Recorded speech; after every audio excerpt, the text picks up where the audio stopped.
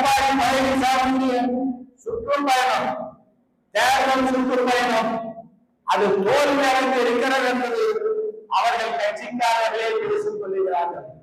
காரணம், அவர் செய்ததை சொல்ல முடியவில்லை. ஆனால் நம்முடைய தலைவர்களும் ஸ்டாலின் சொன்ன செய்த பட்டியலை அவர் படிக்கிறார். எல்லா திட்டங்களும் படித்துவிட்டு எனவேதான் ஸ்டாலின் மீண்டும் தொடர வேண்டும் என்று சொல்லுகிறார்கள். இது நியாயமா? அப்படி மட்டும்தான் கடைசியா எடப்பாடி பேசுறார். ஆனா முதல்ல பாத்தீங்கன்னா நான் கூட அந்த அளவுக்கு பட்டியல் போட்டு பேசுறேன். அந்த அளவுக்கு எடப்பாடி பழனிசாமி திமுக சாதனைகளை, ஸ்டாலின் செய்த சாதனை அவர் எப்படி வேணாலும் அது உரைச்சி பேசணும், அது அரசியல் ஸ்டாலின் ஒரு எடப்பாடி தலைவர், எடப்பாடி பழனிசாமி எதிர்கட்சி தலைவர், முதலமைச்சராக இருந்தவர் ஸ்டாலினுடைய சாதனைகளை தன் கையிலே குறித்து வைத்துக் கொண்டு படிக்கிற அளவிற்கு ஸ்டாலினுடைய அரசியல் உச்சத்தில் போய் நிற்கிறது. இதுதான் எடுத்துக்காட்டு. ஸ்டாலின் அரசு செய்த சாதனையை எதிர்கட்சி தலைவர், முதலமைச்சராக இருந்த எடப்பாடி பழனிசாமி பட்டியலை கையில் வைத்துக் கொண்டு காலை சித்தொண்டு வேண்டும், நான் முதல்வன் திட்டம், தமிழ் புதல்வன் திட்டம், புதுமை பெண் திட்டம், கலைஞர் மகளிர் உரிமை திட்டம், இப்பேற்பட்ட திட்டங்கள் எல்லாம் செய்திருக்கிறது என்று பெருமையாக பேசிக் கொண்டிருக்கிறார்கள் என்று இந்த திட்டங்களை முன்மொழிந்து பேசுகிறார் சொன்னார். இதுதான் திமுக சாதனைகளில் ஒரு மாபெரும் சாதனை. 75 ஆண்டு கால அரசியலில் அண்ணா கலைஞருக்கு பிறகு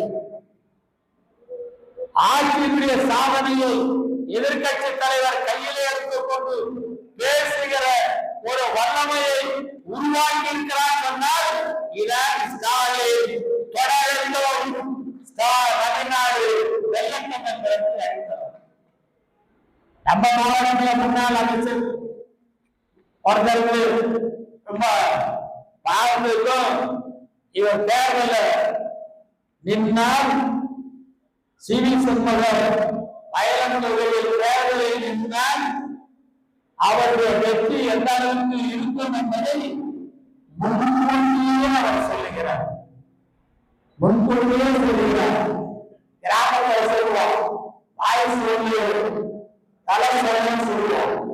வாய் சொல்லு தலை சொன்ன ஜாக்கிரது, வாயிலாக நாடு ஓடுவோம், பார்த்து நின்று சொல்லு.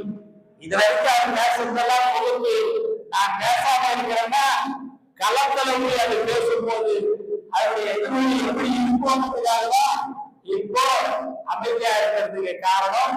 சில இடத்துல சொல்ல வேண்டிய ஒன்னு தலைப்பு செய்தியா சொல்ற. அவர் என்ன சொல்றார்? சாதனைகள் உங்களுடன் ஸ்டாலின், உங்களுடன் ஸ்டாலின் வீட்டு மேல பட்டா வேணுமா, கலைஞர் கலைஞர் வேணுமா, ரேஷன் கார்டு புதுசா வேணுமா, வீட்டு பட்டா தனியா அளந்து ஓடுமா, மின் இணைப்பு வேணுமா, மருத்துவ காப்பீட்டு திட்டம் வேணுமா, இப்படி எல்லாம் கேட்டு மனுக்களை பெறுகிறார், மக்களை ஏமாற்றுகிறார். எனவே உங்களுடன் ஸ்டாலின் அந்த முகாம் நடத்தக்கூடாது. ஒரு அறிவாளி நீதிமன்றத்தில் போனான்னு சொன்னா அவங்க அப்பா வைக்கல, இவனும் வைக்கல, இந்த அறிவாளி நீதிமன்றத்தில் போனாங்க. நீதிபதி என்ன சொன்னார்? இதை சொல்லக்கூடாது.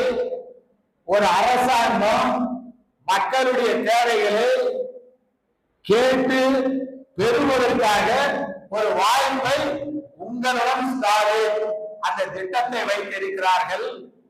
அதில் மக்கள் நலன் சார்ந்தது. நீங்கள் சொல்லுவது தவறு. எனவே சொன்னது தவறு மட்டும் இல்லை, இந்திய அரசியலமைப்பு சட்டத்தை அதை நீங்கள் உறுதிமொழியாக எடுத்துக் கொண்டிருக்கிற காரணத்தினால், கடந்த காலையில் அமைச்சராக இருந்த காரணத்தினால், இப்போது நாடாளுமன்ற உறுப்பினராக இருந்த காரணத்தினால், ஆமா போடு போடு போடுன்னு போட்டு நீதிபதி 10 லட்சம் ரூபாய் அபராதம் கட்டிட்டு வெளியே போய் இது யாருக்காவது வேற யாரும் கிடைச்சிருக்காங்க பரிசு? இந்த பரிசை மக்கள் கொடுத்து போறாங்க, வாட்டா மாற்றி கொடுக்க போறாங்க. நாங்க மனு கொடுக்கிறது தடுத்தாலோசனை, நான் தடுக்கலன்னு சொல்ல முடியாது. அபராதம் கட்டிட்டு தானே வெளியே வந்துக்கிறேன், இல்லைன்னா உள்ளே இருந்தா அப்படின்னு சொல்ல போறோம். இது தேர்தல் காலத்துல நாம் இல்ல, சாதாரண கிளை கழக செயலாளர் ஆமா கரைச்சு ஊத்து ஊத்து ஊத்துன்னு ஊத்திடுவாங்க. ஆமா ஒவ்வொரு தேர்தலும் அவன் ஓட்டு கேட்கும் போது. அதே மாதிரி இப்போ நேற்றைக்கு ஒரு செய்தி பார்த்தேன். ஆமா ஸ்டாலின் உங்கள் கனவு என்ன சொல்லுங்கள் அப்படின்னு. உங்கள் கனவு என்ன அப்படின்னு கேட்க சொன்னார். ஒரு முதலமைச்சர் சொல்ற, என்னால் முடிந்த திட்டங்களை நான் செய்திருக்கிறேன், இதையும் கடந்து உங்கள் கனவு என்னன்னு சொல்லுங்கள். எதிர்காலத்திலே ஆட்சி அமைந்தவுடன் 2.0 அந்த திட்டங்களை செயல்படுத்தி கொடுப்பேன் என்று கலைஞருடைய மகன் உறுதியளிக்கிறார். இதுல இவருக்கு என்ன கோபம்? 1000 ரூபாய் கொடுக்க முடியாது எடப்பாடி பழனிசாமி சொன்னார்ல, 1000 ரூபாய் கொடுக்க முடியாது நான் கொடுக்கிறேன் அப்படின்னு நீ சொல்ற இல்ல, சொல்றது உரிமைன்னு சொல்லிட்டு போகும். உங்கள் கனவு என்னன்னு நம்ம முதலமைச்சர் கேட்கிறார். செய்தவர், சொன்னவர், செயல்படுத்தினவர் மீண்டும் என்ன தேவைன்னு கேட்கிறார். அது என்ன தப்பு? உடனே ஒரு பெரிய அறிவாளி, ஆமா ஒரு அறிவாளி நினைச்சு வார்த்தை கொடுக்கிறாரு பாருங்க. கனவு என்ன? இவ்வளவு வெளிப்படத்தன்மையோடு மக்கள் சொல்லுகிறார்கள். இவரு என்ன சொல்றாருன்னா, தனக்கே ஒரு அந்த பாகையில லஞ்சம் என்ன சாப்பிட்டாலும் அதான் வியாபாரம், இட்லி சாப்பிட்டா இட்லி வியாபாரம், அது மாதிரி என்ன சாப்பிட்டா அதான் வியாபாரம்.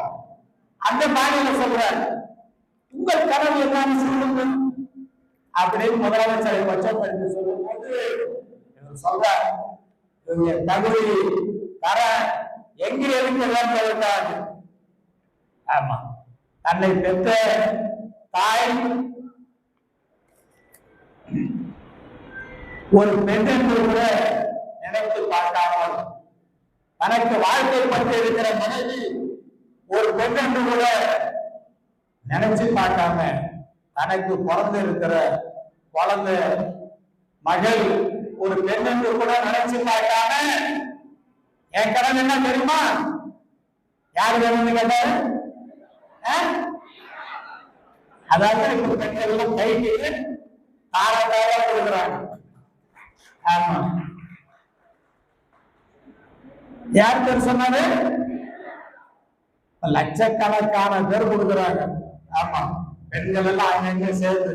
ஆமா இப்பேற்பட்ட ஒரு கேவலமான உன்னுடைய தேர்தல் கலவரம் எப்படி இருக்குதுன்னா, நீ கேட்ட பாரு, இதுதான் திருப்பி திருப்பி கொடுப்பாங்க.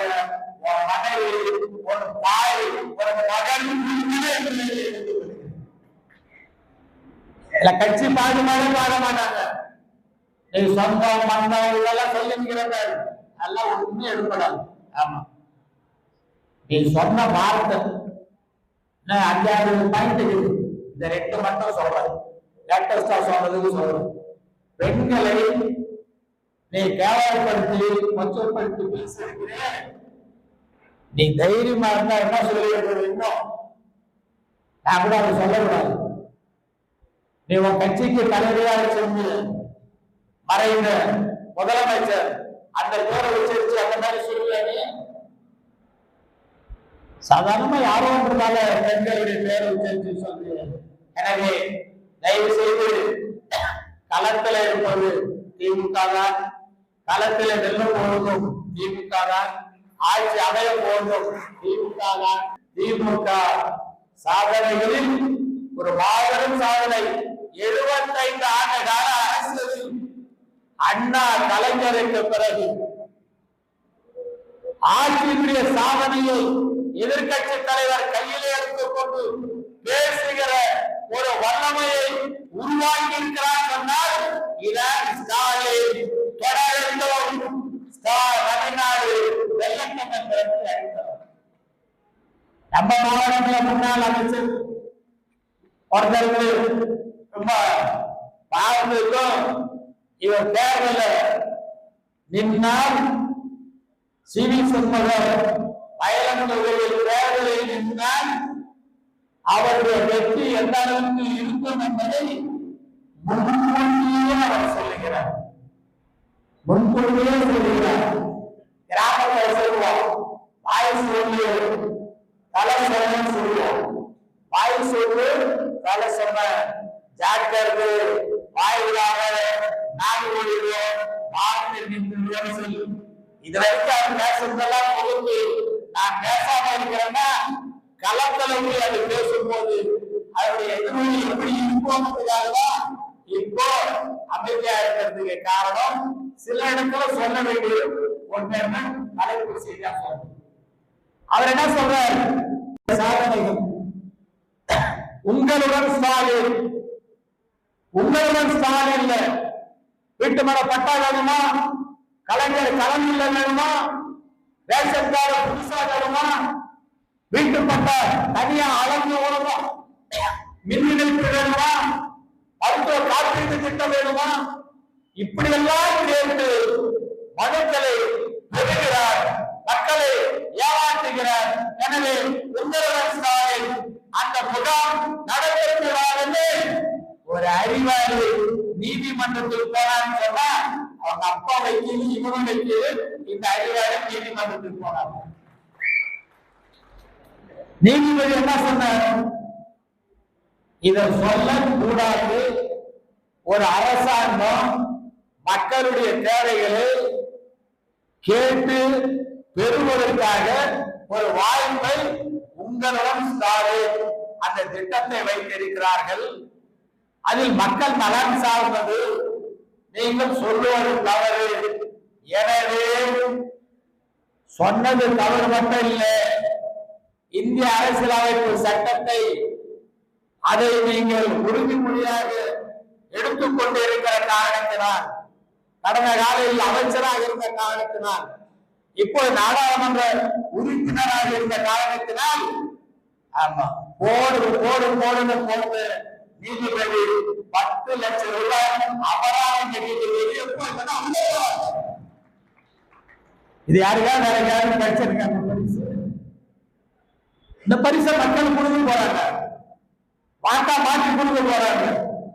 நாங்க மனு கொடுக்கிறது நான் தடுக்கலன்னு சொல்ல முடியாது. அபராதம் கட்டிட்டு தானே வெளியே வந்துக்கிறேன், இல்லைன்னா உள்ளே இருந்தா அப்படின்னு சொல்ல போறோம். இது தேர்தல் காலத்துல நாம் இல்ல, சாதாரண கிளைக்கழக செயலாளர் ஆமா கரைச்சு ஊத்து ஊத்து ஊத்துன்னு ஊத்திடுவாங்க. ஆமா ஒவ்வொரு தேர்தலும் அவன் ஓட்டு கேட்கும் போது. அதே மாதிரி இப்போ நேற்றைக்கு ஒரு செய்தி பார்த்தேன். ஆமா ஸ்டாலின் உங்கள் கனவு என்ன சொல்லுங்கள் அப்படின்னு. உங்கள் கனவு என்ன அப்படின்னு கேட்க சொன்னார். ஒரு முதலமைச்சர் சொல்ற, என்னால் முடிந்த திட்டங்களை நான் செய்திருக்கிறேன், இதையும் கடந்து உங்கள் கனவு என்னன்னு சொல்லுங்கள். எதிர்காலத்திலே ஆட்சி அமைந்தவுடன் 2.0 அந்த திட்டங்களை செயல்படுத்தி கொடுப்பேன் என்று கலைஞருடைய மகன் உறுதியேற்கிறார். இதுல இவருக்கு என்ன கோபம்?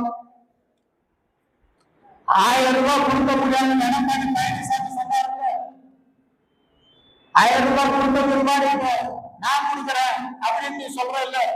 சொல்றதுக்கு உரிமைக்குன்னு சொல்லிட்டு போகும். உங்கள் கனவு என்னன்னு நம்ம கேட்கிறார். செய்தவர், சொன்னவர், செயல்படுத்தினவர் மீண்டும் என்ன கேட்கிறார். அதுல என்ன தப்பு? உடனே ஒரு பெரிய